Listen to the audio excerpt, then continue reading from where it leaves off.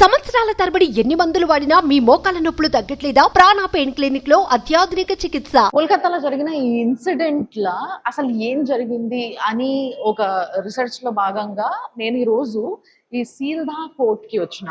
ఇక్కడ ఈ కోర్ట్ లా ఇద్దరు అడ్వకేట్లని కలవడం జరిగింది. అందులో ఒక ఆవిడ పేరు కవితా సర్కార్ అండ్ సౌరవ్ బెనర్జీ అని చెప్పేసి, వీళ్ళిద్దరూ కూడా లీగల్ ఎయిడ్ అడ్వకేట్స్ అనమాట.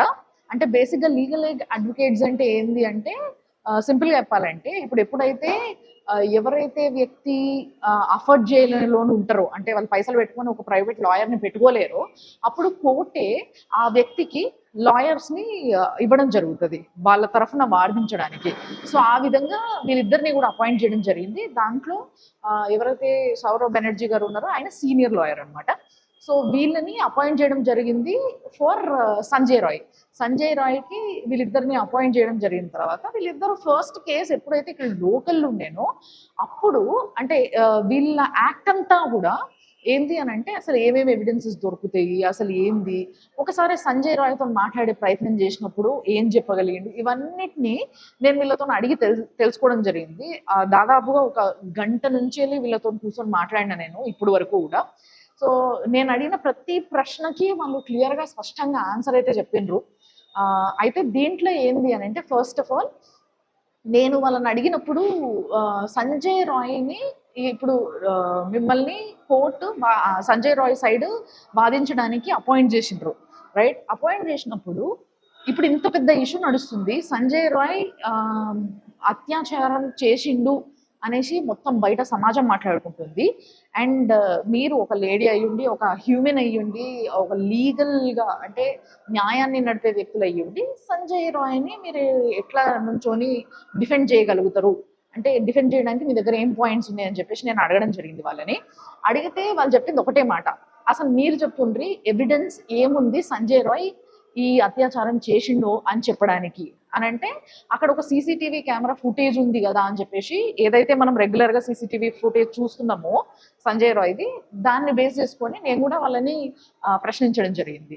సో వాళ్ళు చెప్పింది ఒకటే మాట, సరే ఏదైతే ఫుటేజ్ చూసిర్రో అది అక్కడ ఆయన అనుమానాస్పదంగా తిరగడము అనేది ఒకటి చూసిండ్రు, అంటే దాంట్లోకి వెళ్ళడము చూసిండ్రే తప్పితే దాంట్లో రావడము, అండ్ ఇంకొకటి ఏంది అని అంటే ఆయన అత్యాచారం చేసిండు అనడానికి పోస్ట్మార్టం రిపోర్ట్లో కూడా ఎటువంటి ఎవిడెన్సెస్ లేవు. ఇప్పటి వరకు పోస్ట్మార్టం రిపోర్ట్లో కూడా ఎటువంటి ఎవిడెన్సెస్ లేవు. కంప్లీట్గా పోస్ట్మార్టం రిపోర్ట్ని కూడా ట్యాంపరింగ్ చేసిండ్రు అన్న విషయం కూడా మీ మీడియానే చెప్తుంది కాబట్టి మీకు తెలిసి ఉండాలి. సో సంజయ్ రాయ్ అయితే నేను అప్పుడు వాళ్ళని అడిగింది ఏంది అని అంటే, సంజయ్ రాయే స్వయంగా పోలీసు వాళ్ళు రిమాండ్లకు తీసుకున్న తర్వాత ఆయన చెప్పిండు కదా, అవును నేనే ఈ పలానా ఇష్యూకి కారణం, ఇది నేనే చేసిన, అమ్మాయిని నేనే హత్య చేయడం కూడా జరిగిందని చెప్పేసి ఏదైతే చెప్పిండో ఆయనే ఒప్పుకున్నాడు కదా. అంటే ఎవరైతే అక్యూజ్డ్ ఉన్నాడో ఆయనే ఒప్పుకున్నప్పుడు ఇంకేంది ఇక్కడ, ఇంకా సవాల్ ఏంది అని చెప్పేసి నేను వాళ్ళని ప్రశ్నించడం జరిగింది. సో అప్పుడు ఇమీడియట్గా వాళ్ళు చెప్పింది ఏంది అని అంటే, పోలీస్ వాళ్ళు అంటే పోలీస్ వ్యవస్థ ఆయనని బాగా ప్రెషరైజ్ చేసి ఈ మాట చెప్పించిండ్రు. అందుకోసమే ఆయన తర్వాత ఇమీడియట్గా ఎన్నిసార్లు మాట్లాడినా ప్రస్తుతం కూడా ఎవరు వచ్చినా కూడా ఆఖరికి ఫుడ్ ఇవ్వడానికి జైల్లో ఏ సెల్ అయితే ఆయన ఉన్నాడో ఆ సెల్లకి ఫుడ్ ఇవ్వడానికి ఎవరైనా వచ్చినా కూడా, ఆయన ముందు నుంచి ఎవరైనా పోతున్నా కానీ, ఎవరైనా ఆఫీసర్స్ కానీ, సిబిఐ వాళ్ళు కానీ, లేకపోతే ఈ పలానా ఈ అడ్వకేట్స్ ఎవరైతే నేను ఇప్పుడు ఎవరితోనైతే మాట్లాడినానో వాళ్ళిద్దరు కానీ ఎవరు ఆయన కలవడానికి పోయినా కూడా ఆయన చెప్పింది ఒకటే మాటనంటే, తర్వాత నాకు ఎటువంటి పాపం తెలియదు, నేను ఏమీ చెయ్యలేదు, నన్ను కావాలని ఇలా ఇరికియడానికి ప్రయత్నిస్తున్నారు, కావాలని ఇరికిస్తున్నారు, ముందుగా నా పేరు అందులో పెట్టడానికి నన్ను హైలైట్ చేసి అంటే నా మీదకి కంప్లీట్గా కేసు తిరిగేలాగా చేస్తున్నారు అని చెప్పేసి సంజయ్ రాయ్ చెప్తున్నాడు. మరి దీన్ని ఏం చూడాలి, ఏ విధంగా చూడాలి అంటే, ఇప్పుడు ఒక ఎవిడెన్స్ స్ట్రాంగ్గా లేనప్పుడు ఒక వ్యక్తిని డైరెక్ట్గా ఈ పలానా వ్యక్తే ఈ పలానా ఇష్యూకి కారణం అని చెప్పడానికి ఎవిడెన్స్ లేనప్పుడు ఏ విధంగా మీరు చెప్తారు అని చెప్పి వాళ్ళని నన్ను ప్రశ్నించడం జరిగింది. సో దాని తర్వాత తిరిగి నేను వాళ్ళని ప్రశ్నించడం జరిగింది ఏంది అని అంటే, మరి ఇప్పటి వరకు ఇంత పెద్ద ఇష్యూ జరిగితే వేరే ఎవిడెన్సెస్ ఏమీ ఎందుకు తీసుకోలేదు అని అంటే, మేము అవన్నీ చేసే లోపే ఇంకా ఛార్జ్ షీట్ ఏదైతే ఉందో అది ఫైల్ చేయలేదు కాబట్టి, ఇంకా ఎవిడెన్సెస్ కలెక్ట్ చేసే స్టేజ్లోనే కేసు ఉంది కాబట్టి గత 20 రోజులుగా సిబిఐ చేతిలోకి ఎప్పుడైతే పోయిందో వాళ్ళు కంప్లీట్గా ఏవైతే ఇన్వెస్టిగేషన్స్ ఉన్నాయో అవన్నీ కంప్లీట్ చేసుకొని అవన్నీ చార్జ్ షీట్లో ఎంటర్ చేసిన తర్వాత మా వర్క్ స్టార్ట్ అవుతుంది అన్న విషయాన్ని చాలా స్పష్టంగా చెప్పిండ్రు. అండ్ ఇంకో విషయం ఏంది అని అంటే, ఏదైతే పాలిగ్రాఫ్ అనే ఒక ప్రొసీజర్ జరుగుతుందో మీరు అందరికీ తెలిసే ఉంటుంది, సినిమాలలో కూడా మనం చూసినాము. పాలిగ్రాఫ్ అంటే నథింగ్ బట్ లై డిటెక్టర్ లాగా అనమాట. వీళ్ళు ఒకవేళ అబద్ధం చెప్తున్నట్టయితే వాళ్ళ ఏదైతే బ్రెయిన్ ఫ్రీక్వెన్సీస్ ఏవైతే ఉంటాయో అవి కొంచెం మారుతూ ఉంటాయి. దాన్ని బట్టి వీళ్ళు అబద్ధం చెప్తున్నారు, నిజం చెప్తున్నారు, ఆలోచించి చెప్తున్నారు, డైరెక్ట్ అడగంగానే చెప్తలేరు అనేదాన్ని బేస్ చేసుకొని వాళ్ళు చెప్పేది కరెక్టా కాదా అని చెప్పి డిసైడ్ చేసి ఒక రిపోర్ట్ రాసుకోవడం జరుగుతుంది. కానీ వీళ్ళు ఆల్రెడీ ఒక మెడికల్ ఫీల్డ్ ఉన్నారు. సంజయ్ రాయన్ కానీ లేకపోతే సందీప్ ఘోష్ కానీ అంటే ప్రిన్సిపల్ కానీ వీళ్ళందరూ మెడికల్ ఫీల్డ్ ఉన్నారు, డాక్టర్స్ కూడా. సో అంటే ఈ సంజయ్ రాయ్ డాక్టర్ కాకపోయినా కూడా ఈయనకి ఎవరితోనైతే బాగా అనుబంధం ఉందో ప్రిన్సిపల్ సందీప్ ఘోష్ అనేటైన ఆయన కానీ మంచి డాక్టర్ ఆయన ఆల్రెడీ. సో వీళ్ళందరూ డాక్టర్ ప్రొఫెషన్లో ఉన్నోళ్ళు కాబట్టి వాళ్ళు ఒక మెడిసిన్ తీసుకోవచ్చు. There may be a medicine, ఏదైనా ఒక మెడిసిన్ కూడా ఉండొచ్చు. ఏంది అని అంటే ఈ మెషిన్ని కూడా ఇన్ఫ్లుయెన్స్ చేయగలిగేది, అంటే దీన్ని మ్యానిపులేట్ చేయడానికి. బేసిక్గా ఏంది అంటే ఆ మెడిసిన్ వేసుకొని పోయి వాళ్ళు అక్కడ కూర్చొని వాళ్ళు చెప్పితే ఇట్లా చెప్పలేము అనేసి చెప్పడం జరుగుతుంది. అంటే ఇప్పుడు ఫర్ ఎగ్జాంపుల్ అది సంజయ్ రాయ్ విషయంలో జరగకపోవచ్చు, బట్ సందీప్ ఘోష్ని అయితే 24 hours ముందు ఎప్పుడైతే తీసుకుపోయారో ఆయన డాక్టరే కాబట్టి ఆయన టాబ్లెట్ వేసుకొని పోయి కూర్చొని చెప్పుండొచ్చు. అప్పుడు అది నిజమో అబద్ధమో మనకి ఎట్లా తెలుస్తుంది? సో పాలిగ్రాఫ్ని కూడా కంప్లీట్గా నమ్మడానికి లేదు అన్న విషయాన్ని అడ్వకేట్స్ అయి ఉండి వాళ్ళే చెప్పడం జరుగుతుంది.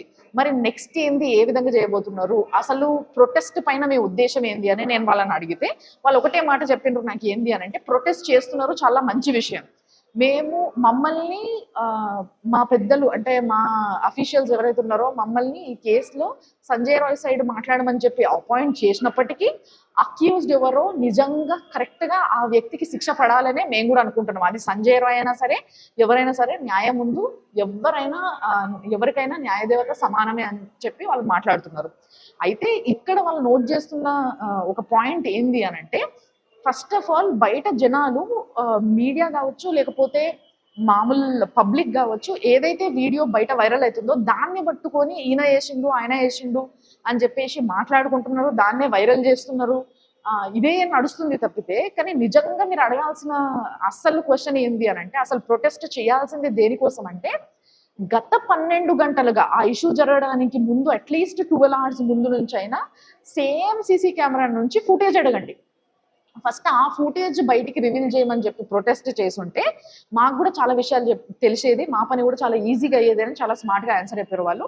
బట్ వేరే ఏదేమైనా కానీ ఒక తీరిక అది కూడా మనం పాయింట్ కన్సిడర్ చేయాల్సిన పాయింటే అది. ఎందుకంటే ఒక్క చిన్న సీసీటీవీ కెమెరా ఫుటేజ్ ఏదైతే ఉందో దాన్ని పట్టుకొని మనము మాట్లాడుతున్నాము అనేది వాళ్ళ మెయిన్ పాయింట్. బట్ మిగతావి ఏవైతే ఉన్నాయో అన్నీ కూడా ట్యాంపరింగ్ చేయడం జరిగింది అనేది మాత్రం చాలా స్పష్టంగా చెప్పిండ్రు. అయితే నేనన్నా ట్యాంపరింగ్ చేయడం జరిగినప్పుడు ఎవిడెన్సెస్ కింద ఏవైతే కలెక్ట్ చేసారో అక్కడ ఈ సంజయ్ రాయ్ది ఇయర్ ఫోన్ పడిపోయి ఉంది అని చెప్పేసి అన్నారు కదా.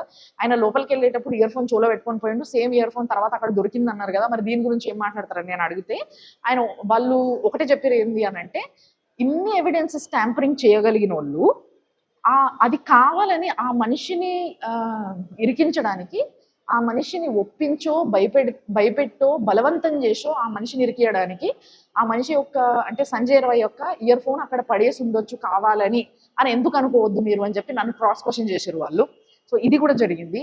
అండ్ దాని తర్వాత మరి నెక్స్ట్ ఈ కేసు ఎప్పుడు వరకు ఏం జరగబోతుంది అని అంటే, ఏదైతే సిబిఐ ప్రొసీజర్లో ఉందో ఈ సిబిఐ ప్రొసీజర్లో ప్రతి ఒక్కరిని పిలవడం జరుగుతుంది. వాళ్ళపైన ఈ పాలిగ్రఫీ అనే ప్రొసీజర్ జరుగుతుంది. కొంతమంది ఇంటెన్స్ పైన, కొంతమంది నర్సుల పైన, వీళ్ళందరి పైన కూడా